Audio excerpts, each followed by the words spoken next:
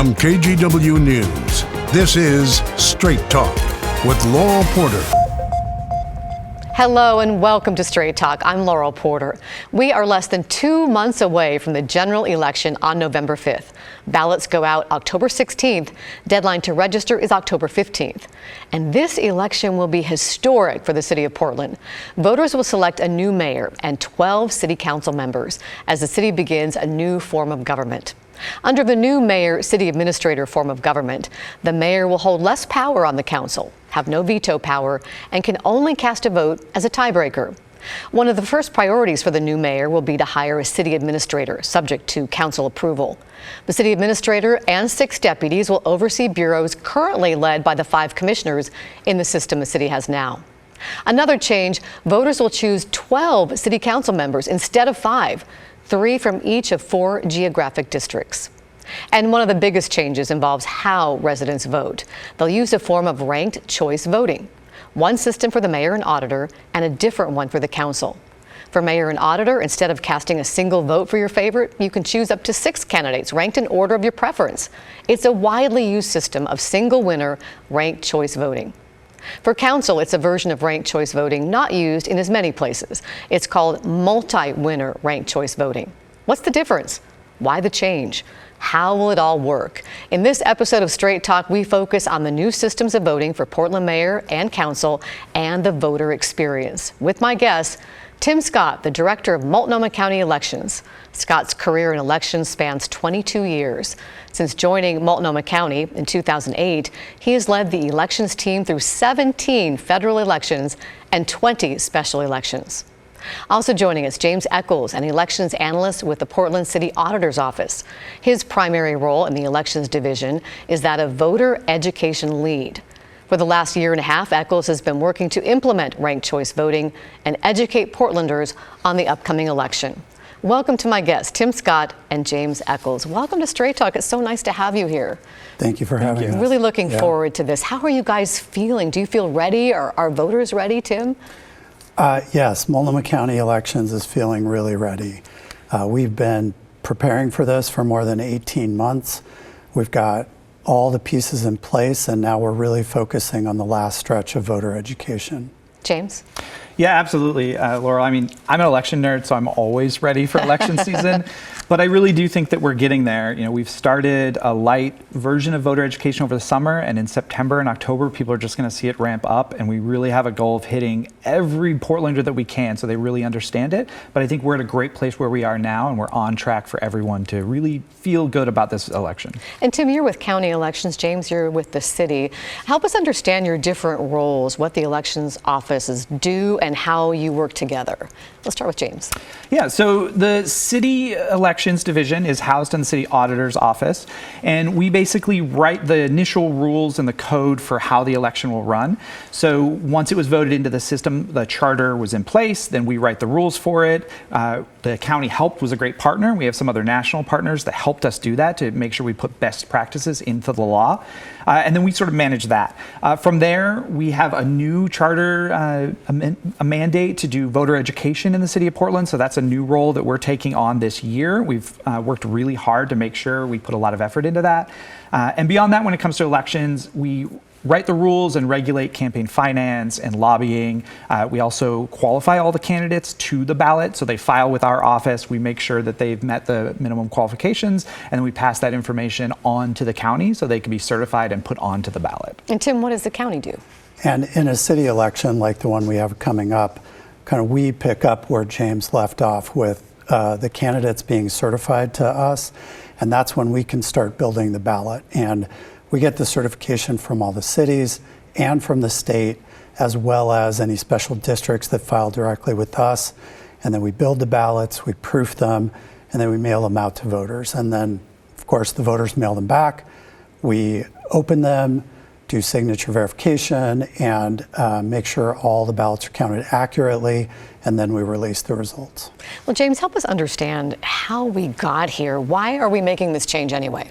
Absolutely. So we're election administrators. We simply are going to administer what the voters have told us to do. So in 2022, it was put on the ballot for Portland voters, and they passed it, a majority, that we would change our charter based on elections. So there were three major changes. You sort of went over some of them in the opening. We're changing our form of government. We're going to a district form. And then the one we're really talking about tonight, that ranked choice voting change. So since it passed, we then set about right away, pretty much as soon as it passed, in November, we started having meetings, writing the code, figuring out what to do.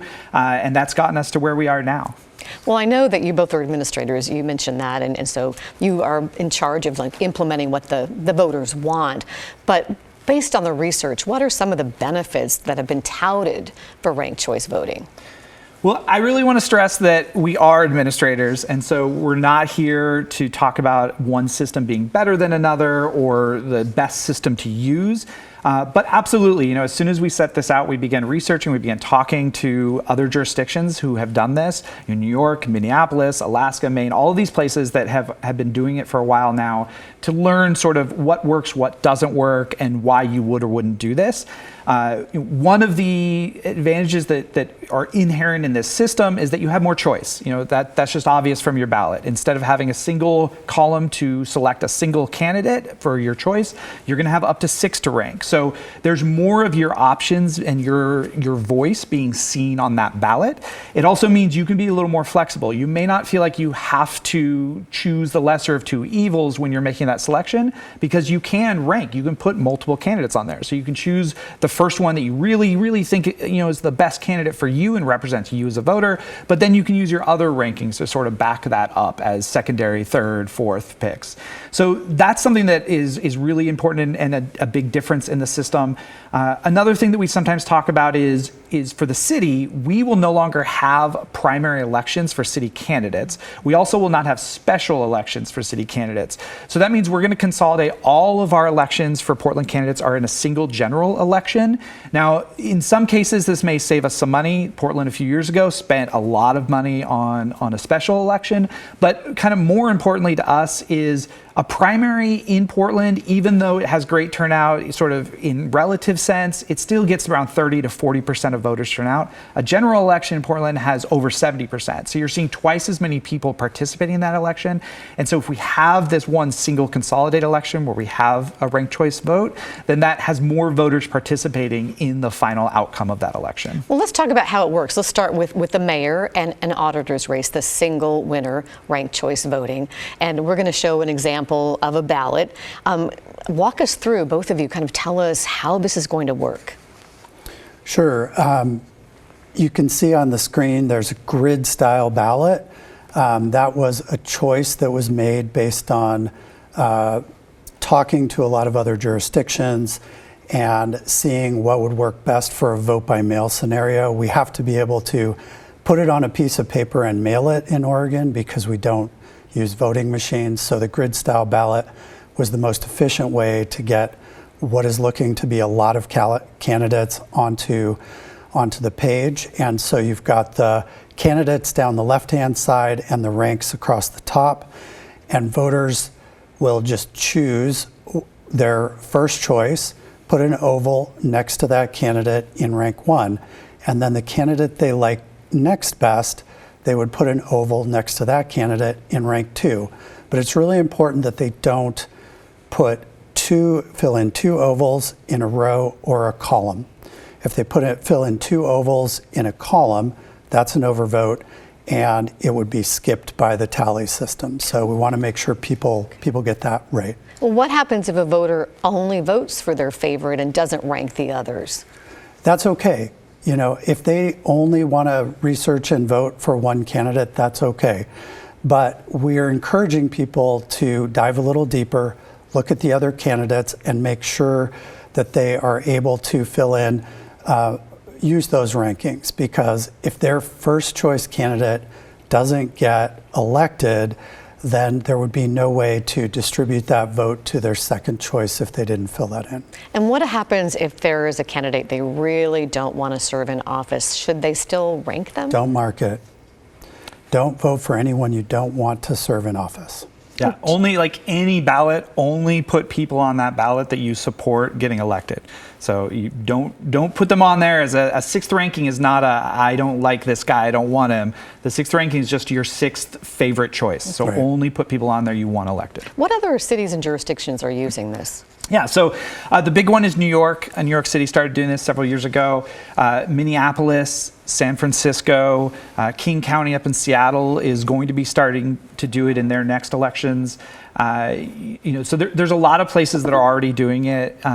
Alaska and Maine as states do it, and then it's growing and growing. So there's a number of places that do it here in the States, and then places in Ireland, Scotland, Australia, they've been doing it for a long time. It's been the way that they've ran elections for years. And Tim, what about Multnomah County? When do you guys start using it? So like the city of Portland, we had a charter measure on the ballot in November of 2022 that asked voters if they wanted to move to ranked choice voting, and it passed. Different from the city, there was a little more flexibility on when we implemented. So we have chosen to implement, and then the charter said no later than 2026. So we've chosen to implement in 2026 to get a good start with the city of Portland while preparing to implement for the county. Well, let's talk about the city council, which is kind of mind-boggling. We were all talking before the show that we're up to possibly 100 or more candidates in these 4 different geographic districts with 3 winners in each one. Some races may have, I think you said, over 30 or 35 candidates. So how does this multi-choice, ranked choice voting work? How is it different from what we were just talking about? Tim, do you want to start off? Sure. I think the really good news is voters will mark the ballot exactly the same way for a multi-winner as they do a single winner. So they don't have to learn a different style of voting to vote for council. They mark the ballot just the same. There's 6 rankings. They will have to choose from what is looking to be a long list of candidates, choose their top 6, bubble them in. But basically, that's it. The difference comes in how the ballots are tallied. Do you want to take that, James? Yeah, absolutely. I'd love to, Tim.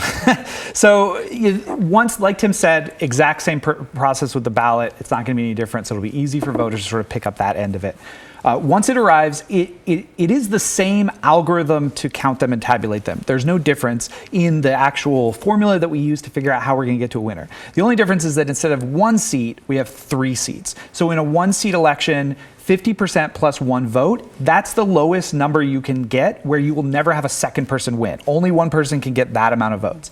So 25% plus 1 is the threshold we set for a 3-winner election, because that's the lowest number you can get where you'll only ever elect 3 people. Once 3 people have 25% plus 1, you cannot elect a 4th person mathematically. And so this is what arrives at the most support among 3 individuals within a district. So we see it as the combined candidates in that district that win those 3 seats will have 75%, a little more than 75% support of the entire district. And that's where we see that sort of most support, and that's what we talk about when we say that. So that's the biggest difference. The other difference in tabulation is that in single winner and in multi-winner, if we don't get to a winner, we eliminate the lowest vote getter, and that's when we move to the next round. But in multi-winner, we also, if someone wins, we take the extra votes that they have over that threshold, and we will also shift those votes. Now, we sort of have to do this for a couple reasons. And the first one is, if you think about a really popular candidate and that candidate were to get 80% of the vote in the first round, then you only have 20% of votes left. So nobody else, no other candidates will ever get above that 25% threshold that we've set. So we sort of need to move that just to sort of free up those votes and allow that even disbursement of votes between those top 3 candidates. So Benton County is using this, right? In Corvallis, any other jurisdictions? Because this isn't used as much as the winner, the single winner. Benton County is using single winner, I believe, only for their county contests. They've been doing that since 2020. City of Portland, though, will be the first multi-jurisdictional ranked choice voting in Oregon, because City of Portland goes into 3 counties. There's small portions in Clackamas and Washington. So we've been working closely with those 2 counties to develop a plan for doing this coordinated election for the city of Portland. And quickly, before we go to break and try something really exciting, a mock election, you both are doing a lot of education. What are you doing? Go ahead. Yeah, so we, like I said, this is our first year doing voter education. It's a mandate from the charter that's new. The county's been doing it for a long time, so we learned a lot from them. But we have a three-pronged plan that we've developed. We have a broad voter education plan that involves a lot of earned media like this, but also paid ads. You might see a TriMet bus coming by you with our website on it, things like that are just broad reach. We also have a grant program that we've created for a more targeted reach. We know that disenfranchised voters that have been left out of city government historically, that they tend to have a harder time shifting to a new system because they're just not getting as much access to that education. So we've created a grant system where we have 14 community organizations that are trusted messengers to those communities, and they are part of that system to help spread that message to those targeted audiences. And then our last prong of our plan is just to educate candidates. So we've had a number of sessions. We know that candidates will talk to thousands and thousands more voters than we ever will. So we want to make sure they have the right information and they'll pass that on. Well, we'll try to get some information about Multnomah County in the second segment, but I want to have plenty of time for our mock election. So when we come back, we're going to give you a better idea of how this is going to work. We're going to take you through a mock election and you can follow along with us. Plus, we'll talk about what you can expect on election night from results. We're back in 2 minutes.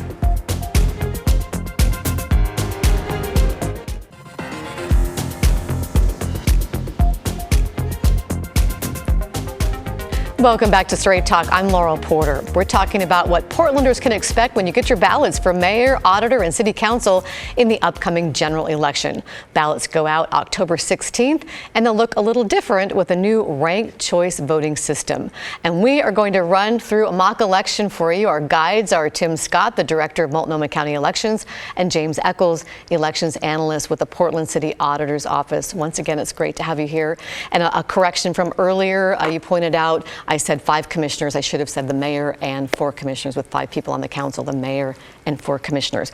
But before we get to the mock election, Tim, tell us, what can we expect on election night when it comes to results reporting?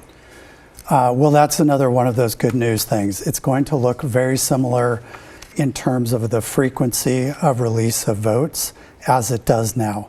We're planning to release the first results report for the ranked choice voting contest for the city of Portland right at 8 o'clock on election night. And we typically have about 60% of the total ballots cast released in that report. And then we'll release another report the next day and another report the next day and so on until we've got all the ballots counted and we certify the election on December 2nd. But voters are going to have to know where to go to get their results for the city contest. The state election night reporting system isn't configured yet for ranked choice voting. So if they go there, they're only going to see those first rank votes. So they'll have to click on a link on election night reporting that'll take them to our website. We've developed 3 results reports. One of them is going to look very much like the bar charts that James is going to walk you through here in a minute. The other 2 will be tabular and show you all the data about which rounds happened at which time. And all of those will be preliminary up until we certify on December 2nd. All right, so let's go to our mock election. So for folks at home, we're going to put a QR code up. Just point your camera on your phone at that QR code, and you can do this with us. Go to a sample ballot and vote with us. And James is going to be our narrator and walk us through this while our awesome director, Michael, and producer, Ashley, in the control room will manipulate the ballot for us. So James, take it away. Thank you, Laurel. As you can see, this looks similar to the grid-style ballot that we saw earlier. 6 rankings across the top and the candidates listed down the left side. If there's one thing that you remember about filling in any ranked choice ballot, remember to fill in no more than 1 oval in each column and row. Now, this platform that we call Ranked Vote is a great platform, but it's educational. It's not an exact replica of your experience of voting by mail, but it does help us reinforce correctly filling out the ballot. The first thing it'll do is it won't let you do what we call an overvote that we mentioned earlier, voting for a multiple number ones for individual candidates. The second thing that it'll give you an error message for is if you try to rank your favorite candidate that you really love multiple times. So you rank them as first, second, third, fourth. This is something we don't want you to do on the ballot, so it gives you an error message. And then finally, you'll also get an error if you skip over a ranking. So if you vote one and then another one on the actual ballot, we'll sort of compress this and skip over that. These are all things that you should not do on your actual ballot, but just remember, no more than one selection per column and row, and you can't go wrong. Now, if we can fill in this ballot, just put in 6 choices, and we'll see once we have filled in a correct ballot that this platform will let us submit down at the bottom. So we submit our favorite sports teams. Mine is always going to be the Thorns. We see this as preliminary results, and then we move to our results page. The first thing you will notice about our results is that the Thorns won. Woo! Now, let's see how they got there. Next to the winner, you can see the votes to win. That is our 50% plus 1 threshold that we spoke about earlier. In this case, 256 out of 510 votes. That's because 510 people have participated in this election so far. Now, that's an open number. This contest is still open, and it's preliminary, and that will continue to rise. Below that, we can see the first round of results. The numbers shown here next to each team are the number of ballots that ranked that team as their first choice. Off to the right, we can see a dotted line marking our threshold to get elected. If a team were to pass that threshold in the first round, we would have a winner and our contest would be over. That simple. If, as you can see happens here, no candidate crosses that threshold in the first round, this is where ranked choice voting becomes different and other rankings you placed on your ballot come into play. We now eliminate the candidate who received the fewest votes, in this case, the Winterhawks. Sorry, hockey fans. But we will take a look at all of the ballots that ranked the Winterhawks the highest and then shift those votes to whoever those ballots ranked second highest. On the screen, you can see a green number next to all of our vote getters. The Thorns here in the lead have a +6. That means that 6 people who ranked the Winterhawks in the first round as their highest choice ranked the Thorns as their second highest. So those votes shifted to them. But as we can see in round 2, we still don't have a winner, so we will repeat the same process. We will eliminate the Timbers, and all of their votes will shift. Again, you see those green votes shifting.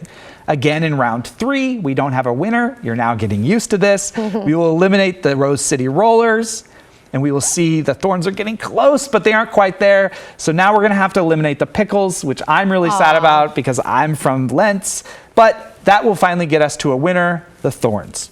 So yay, Thorns. This is how we walk through our single winner election.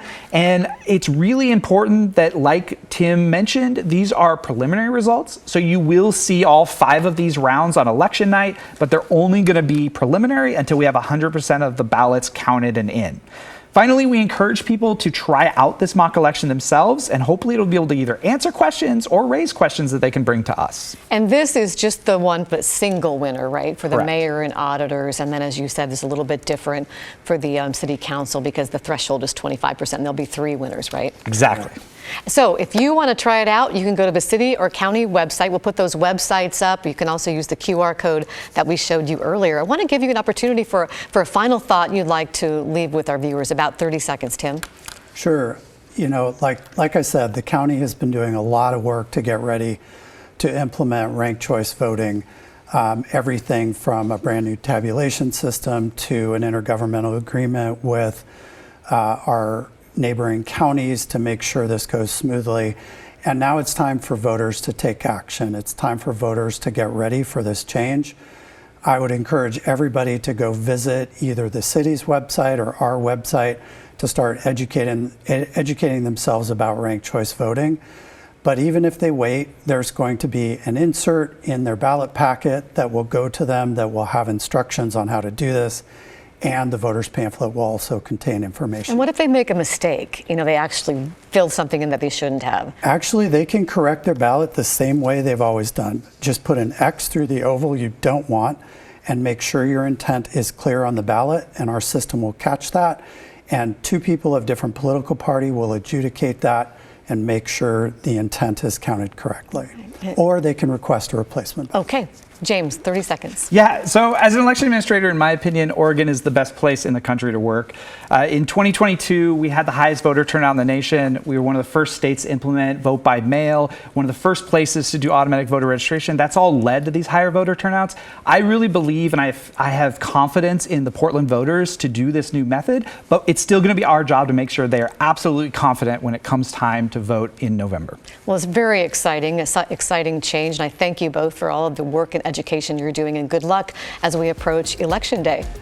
And thank you for watching. And a note for Oregon voters, there is Measure 117 coming up. You'll be asked to decide if you want to change to ranked choice voting for all federal and statewide offices in Oregon. We did a Straight Talk episode on that earlier. You can find that on KGW's YouTube channel. I'll see you next week for Straight Talk. Have a great week.